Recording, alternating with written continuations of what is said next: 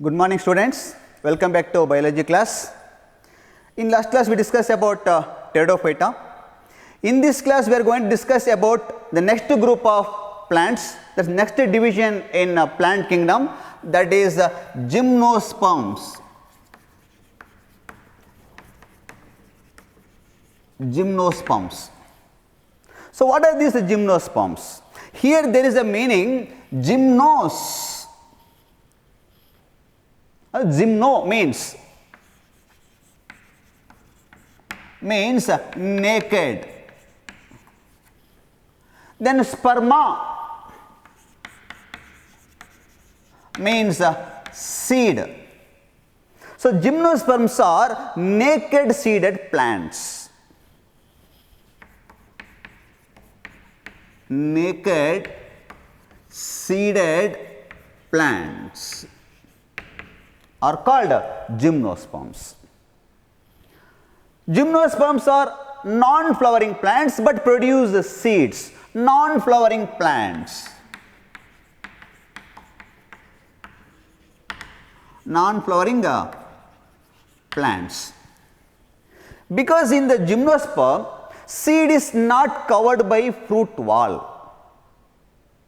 But when compared to angiosperm, the fruit is enclosed within the fruit wall. But in gymnosperm, there is no ovary. So only ovule are present. After fertilization, the ovule develops into seed that is not covered by fruit wall. Hence, they are called naked seeded plants. Clear? Then, so they are, means gymnosperms are medium size plant, that is medium size tree, or they are shrubs, even some are climbers. The plant belongs to gymnosperms, may be tree, medium size tree, and shrubs and also climbers. So one of the plant, the tallest gymnosperm,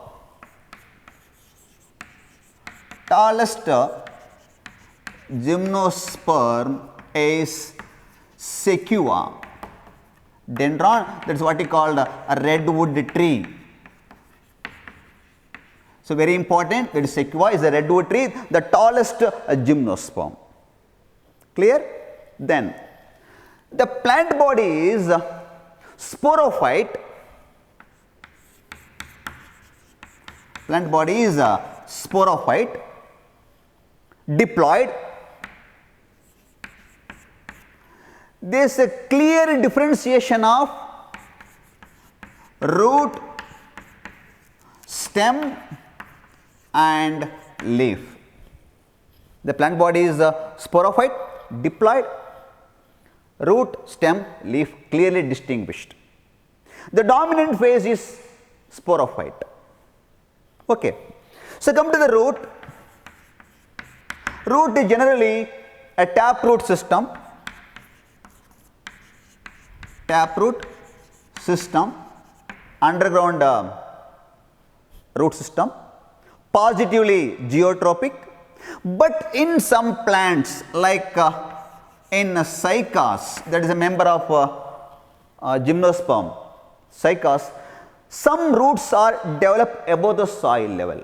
Negative geotropic root, what we call, that is a negative geotropic roots called coralloid roots. Coralloid roots. These coralloid roots is associated with nitrogen fixing bacteria or nitrogen fixing cyanobacteria. Nitrogen fixing cyanobacteria, that is having a symbiotic relation. Here both the partners get benefit. So that is called what? A symbiotic relation between the coralloid roots and nitrogen fixing cyanobacteria. In another member of this gymnosperm, that is a pinus. Another example, that is a pinus, that forms mycorrhiza.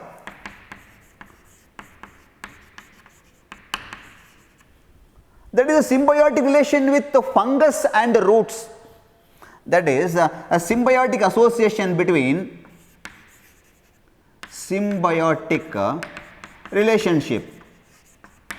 relation between fungus, that is a mycelium, fungus and roots. That is called what? Mycorrhiza. Here also both the partners get benefit. That is called symbiotic relationship. Here fungus and the roots having a symbiotic relation, both partners get benefit.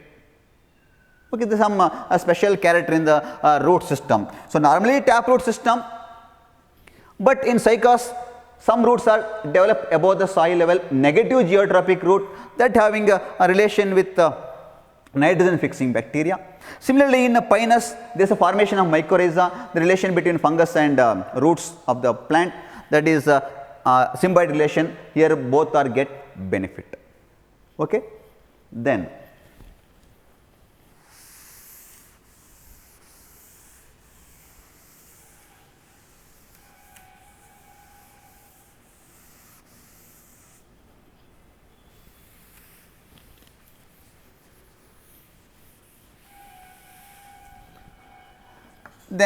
stem. Normally stem is woody, unbranched as in cycas. Sometimes the stem is branched as in Pinus. The stem may be woody, even some plants climber is also there, but in woody stem the stem may be branched or unbranched. Clear? Then leaf. Leaf is commonly the simple leaf, we can find the simple leaf or maybe compound leaf, pinnately compound leaf as in cycas. Leaf may be simple or may be compound leaf. Okay, simple means a single leaf. In compound leaf, number of leaflets that is born on the rachis. That means leaf may be simple or compound leaf. Okay. Then the leaf having some adaptation for extreme conditions like extreme temperature and also humidity and also for wind. But in Pinus plant the leaf is needle like. The leaf is a needle like that reduce the surface, and also they having a thick cuticle. Thick cuticle is present. Even sunken stomata are present. Thick cuticle. The leaf is needle like, so that the surface of the leaf is reduced. That helps in prevent the loss of water. That prevents the rate of transpiration. That helps in prevent the rate of transpiration. You know, loss of water in the form of water vapor, that is what we call transpiration. So that prevents the rate of transpiration. So the leaf is having some adaptations. It's clear? Then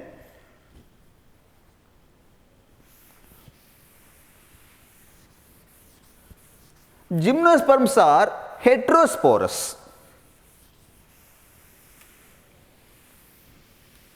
Gymnosperms are heterosporous. Gymnosperms are heterosporous. That means the gymnosperm produce two types of spores. That is, one is microspores and megaspores. The two types of spores are produced. Hence it is called heterosporous. It's clear? Then these microspores, then megaspores. These spores are produced in a special the leaflet structure that is called sporophyll. The sporophyll contains, that is a sporangium. Actually, this microspore or megaspore are produced in sporangium. Sporangium, that sporangium borne on sporophyll. Sporangium is a structure in which spores are produced. These sporangium borne on sporophyll. These sporophyll, they are spirally arranged along the central axis to form cone or strobili. That means cone consists of sporophyll. Sporophyll consists of sporangium. Sporangium produce spores. Clear? Or spores are developed in sporangium. Sporangium, that is borne on at the present on sporophyll. The sporophylls are aggregate to form a structure called cone or strobilus. Clear? Then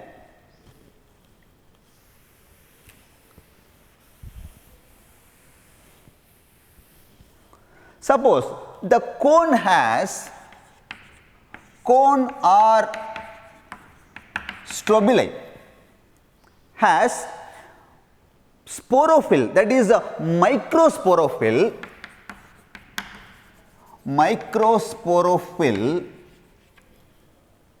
and microsporangium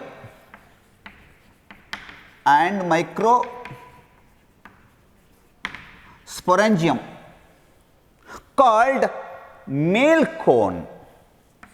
Called what? Male cone or male strobili or microsporangiate. Okay. So, how this cone is formed?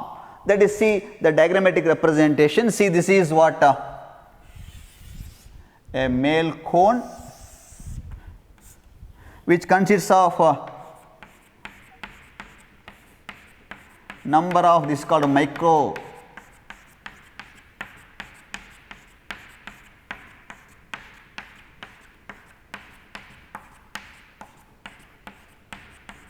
this is called what? Male cone. This is a male cone or male strobili or microsporangiate. So, each one is sporophyll, microsporophyll. This is microsporophyll. The single microsporophyll looks like this.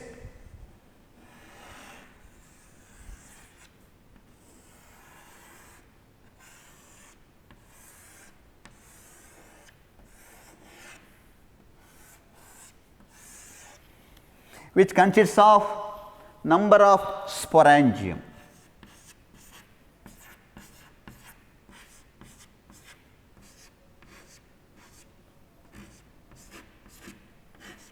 This is what you call, this is what?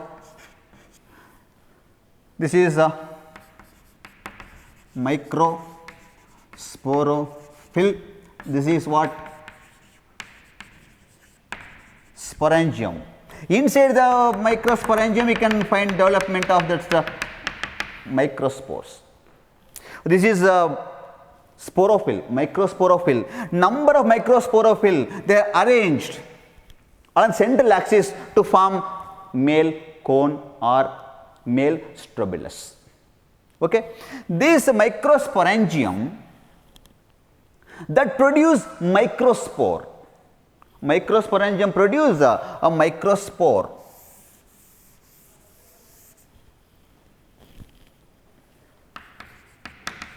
Microsporangium produce microspores. These microspore develop into male gametophyte, nothing but what? pollen grain. Pollen grains, that is a gametophytic generation which is a few-celled, a simple structure. That is pollen grain is nothing but what?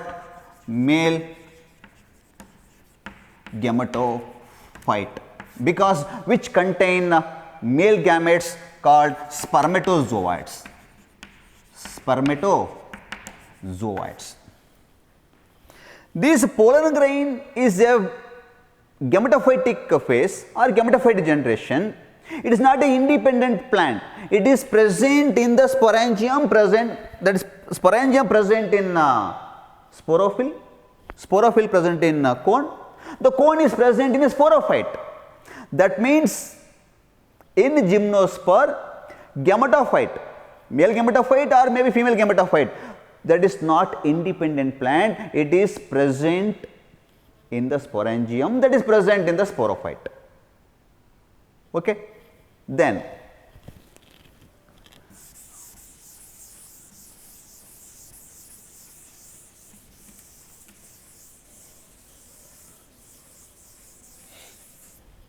the cone or strobili, which consists of megasporophyll and megasporangium, is called female cone. Female cone or female strobili or megasporangiate. Megasporangiate, that is a microsporophyll, microsporangium, microsporangiate. Here a megasporophyll along with the megasporangium called female cone or megasporangiate. Okay. This megasporangium is nothing but what we call, that is a ovule. That is called a ovule. The ovules are born on megasporophyll. Okay. So let me see the structure of the ovule.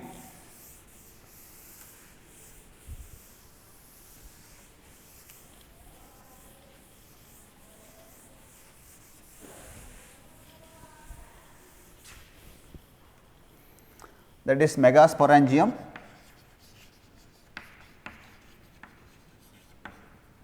Nothing but ovule that is born on a megasporophyll. See, this is a megasporophyll.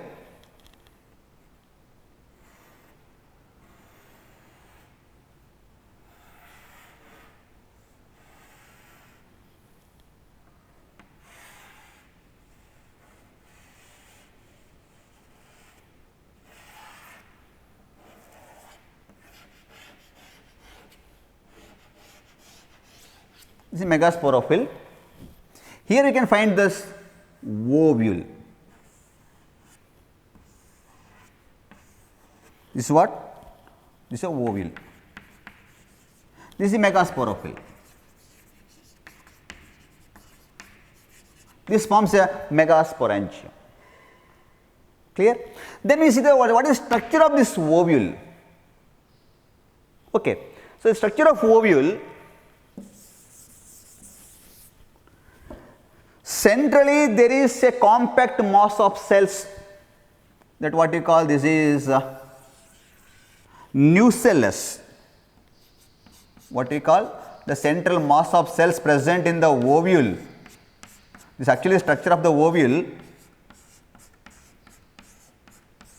This is what? Nucellus. The cells are compactly arranged. This is a nucellus. It's clear? This nucellus is enveloped by or protected by three protective layer or protective coat that we call integument.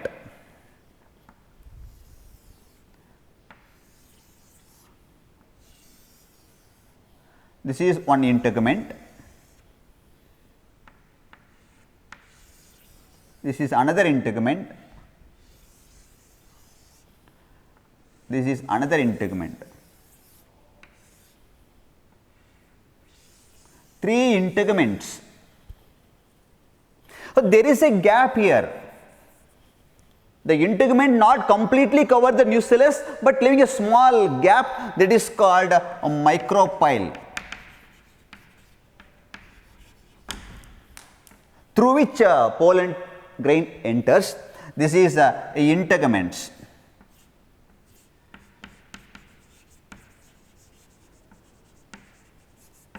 Outer integument, middle and inner, 3 integuments. This is what you call, actually this is a nucellus, not nucleus, nucellus. Okay na? One of the cell of the nucellus become megaspore mother cell. Not all the cell, one of the cell towards a micropylar cell. This is called micropylar end. Here there is a one cell become enlarged. This is what you called megaspore mother cell. What you call that is MMC, megaspore mother cell. Is it clear? This megaspore mother cell undergo meiotic division to form a megaspore. This megaspore mother cell undergo division to form a linear tetrad of 4 cells. That functional cell is called megaspore. That means that a megaspore mother cell now become megaspore mother cell after meiotic division, that becomes a megaspore.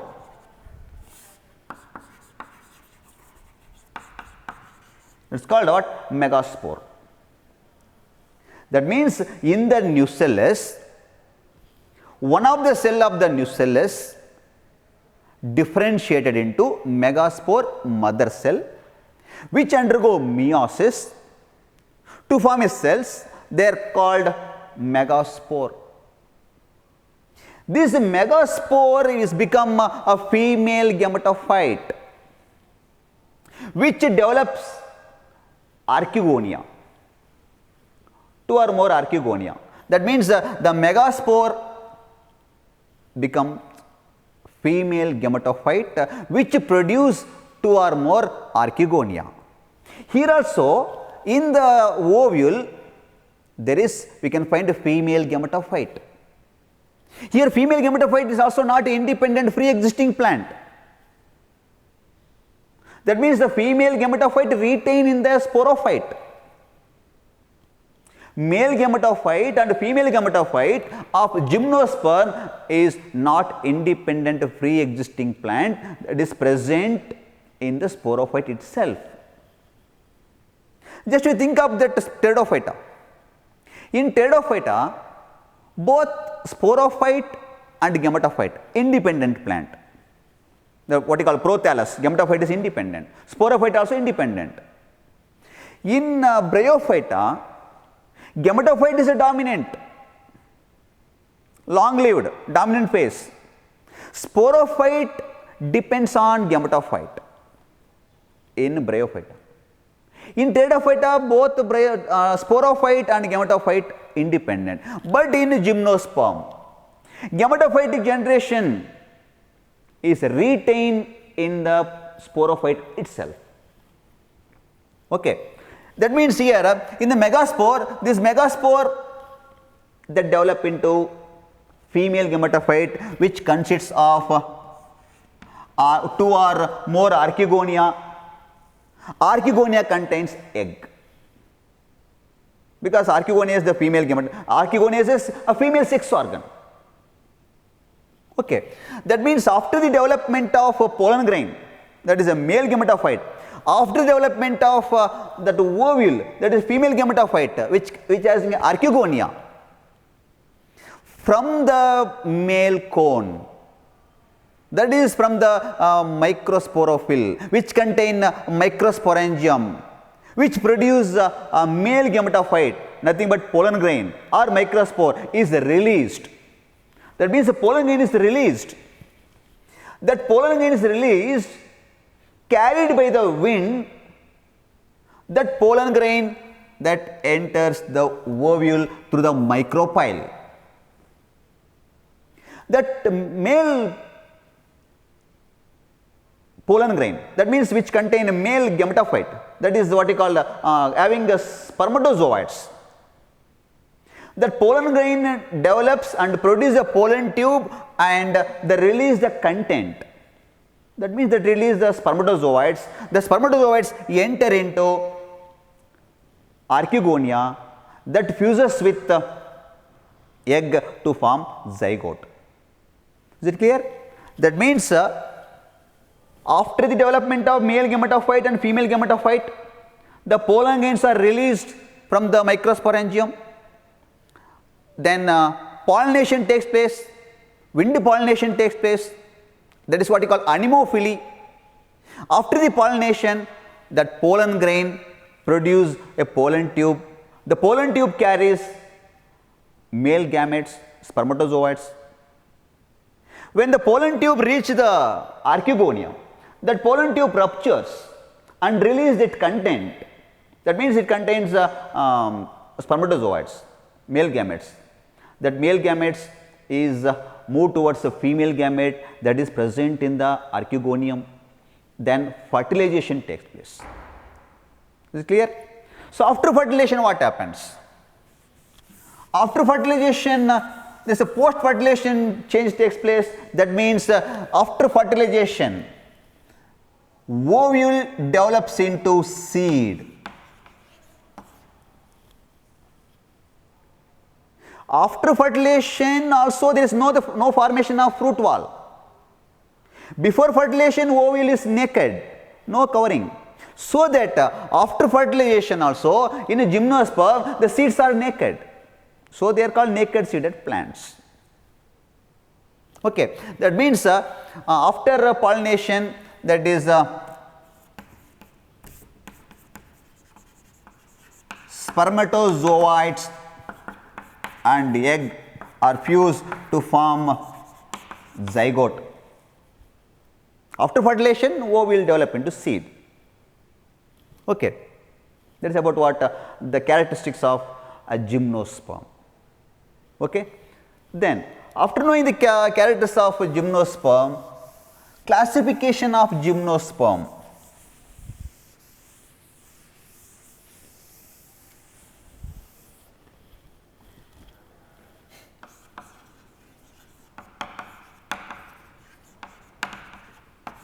Classification. Gymnosperms are classified into 3 classes. How many classes?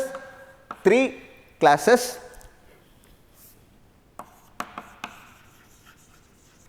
Number 1, Cycadopsida. Cycadopsida. Second one is Coniferopsida. And third one is Netopsida. Netopsida. These are the 3 classes. Cycadopsida best example, that is a cycas. But remember, very easy. Cycas. In Coniferopsida example is a Pinus. In Netopsida example is a Netum. You would remember this classification with one example for each. Okay. This is about what a gymnosperm, characters and classification with example. Only 3 classes: Cycadopsida, example Cycas; Coniferopsida, example Pinus; Netopsida, example Netum. Is it clear? Well, this completes gymnosperms. Okay. Okay. Thank you. Bye.